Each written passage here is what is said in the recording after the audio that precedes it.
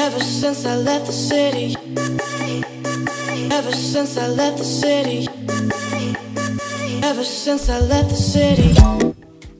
Donc, on va commencer tout de suite cette revue. Tout d'abord, un petit topo sur l'historique du make-up en général. Un jour, on ne sait pas comment ni pourquoi, un secret make-up a été partagé à tout l'univers, à toutes les femmes, à tous les intéressés. Ce secret make-up, c'est un secret beauté de la fameuse Kim Kardashian qui nous montrait comment elle fait son highlight et son contouring. Pour le highlight, il faut un anti-cerne qui est bien. D'ailleurs, je vous ferai une revue sur l'anti-cerne. Et il vous faut une poudre spéciale pour faire tenir le make-up et aussi illuminer le dessous de l'œil ou le front, l'arrêt du nez ou le menton ou le dessous des pommettes pour les rehausser ou pour creuser le visage. Cette poudre-là, ce ne sera pas une poudre comme vous avez l'habitude d'utiliser telle que les Studio Fix ou des poudres libres de chez Black Up, de Black Opal, etc., etc. Il vous faut une poudre translucide. Translucide, mais aussi colorée. Colorée qui illuminera le dessous de l'œil. Et cette poudre qu'on a eue en avant-première, c'est la Ben Nye. La Banana Luxury Powder, la grande star du make-up qui a révolutionné le make-up de tout le monde et même des Françaises. Aujourd'hui, on en abuse toutes dans nos vidéos. On ne peut plus voir une youtubeuse, y compris moi, sur YouTube, faire un tuto make-up sans utiliser ces poudres à gogo. Et maintenant, on est même parti à un level un peu plus haut qui est le baking. Mais ça, on n'y est pas encore. On va s'arrêter d'abord sur cette poudre qui est la Ben Nye. C'est une marque américaine qui est spécialisée pour le maquillage pour les plateaux télé, pour les films, sûrement pour les présentatrices, tout ce qui passe à la télé et notamment aussi pour le cinéma. Voilà, je vous précise bien que c'est une marque américaine spécialisée pour les plateaux télé, pour le cinéma, pour que vous puissiez comprendre les critiques qui sont faites sur cette poudre. Alors, c'est une poudre, comme j'ai dit, illuminatrice, qui est bien pour matifier et qui est bien pour absorber le sébum. Elle est parfaite pour les grandes occasions, les maquillages de grandes occasions. C'est pas une poudre que j'utiliserai quotidiennement. Après, je dis ça, mais moi, je l'utilise personnellement quotidiennement en la mixant avec la poudre translucide pour pas que ça fasse un effet trop blanc. Alors, là, je vous ai parlé des plus, mais il y a aussi les inconvénients sur cette poudre. Alors, les inconvénients, c'est plutôt sur le packaging. Voilà, si on veut critiquer un peu, si on veut chercher des critiques et qu'on va aller trop loin, on va commencer par le packaging. Quoique moi, ça ne me dérange pas, mais si vous, ça vous dérange, bon, à chacun ses trucs. Après, là, vous avez le bouchon, le petit tamis. Et aussi, le problème, c'est on dit qu'elle est no flash friendly, qu'elle a un effet trop plâtreux, qu'elle est trop épaisse. Mais avant de critiquer une poudre, il faut savoir pourquoi elle est comme ça.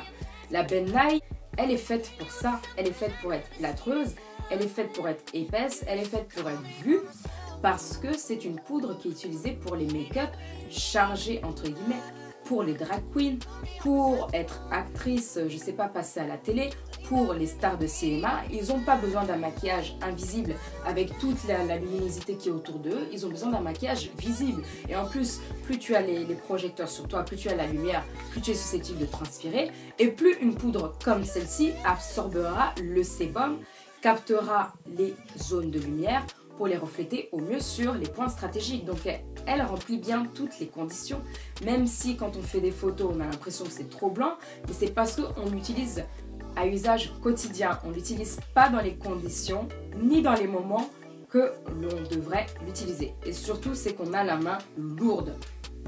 Ensuite, voilà pour le make-up. Donc on est rentré dans le make-up de Kim Kardashian, highlight vraiment bien fait, etc., etc. Et puis après, à un moment donné, on s'est rendu compte qu'il nous faut des make-up qui aillent avec nos teints, nos carnations. Donc on cherche des poudres qui sont bien efficaces comme la Ben Nye, mais qui conviennent un peu plus à nos carnations. Et c'est là qu'est apparu un nouveau buzz avec la marque Sacha Cosmetics. La marque Sacha Cosmetics est une marque américaine spécialisée cette fois-ci pour les peaux noires. Mais ça s'ouvre aussi aux peaux des latino-américaines ou même des filles de l'Asie qui ont des teints parfois un peu plus hâlés, un peu plus bronzés. Et cette poudre, c'est la Sacha Buttercup.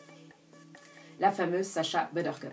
Donc là aujourd'hui, la Ben Nye, vous la verrez même plus sur YouTube. Vous verrez surtout utiliser la Sacha Buttercup. Et vous les verrez surtout toutes dire que Ben Nye, en fait, c'était une erreur. La vraie poudre qui leur convienne, c'est la Sacha Buttercup. Alors moi, c'est dans tout cet engouement-là que je me suis dit, tiens, s'il y a vraiment quelque chose pour nous, les peaux noires, s'il y a quelque chose qui va me permettre de plus utiliser la Ben Nye, de plus la mélanger avec la Sienna, je vais me saisir de cette poudre et voir vraiment si ça marche avec les peaux comme moi qui sont très très foncées et pour lesquelles on a du mal à trouver des poudres qui soient correctes.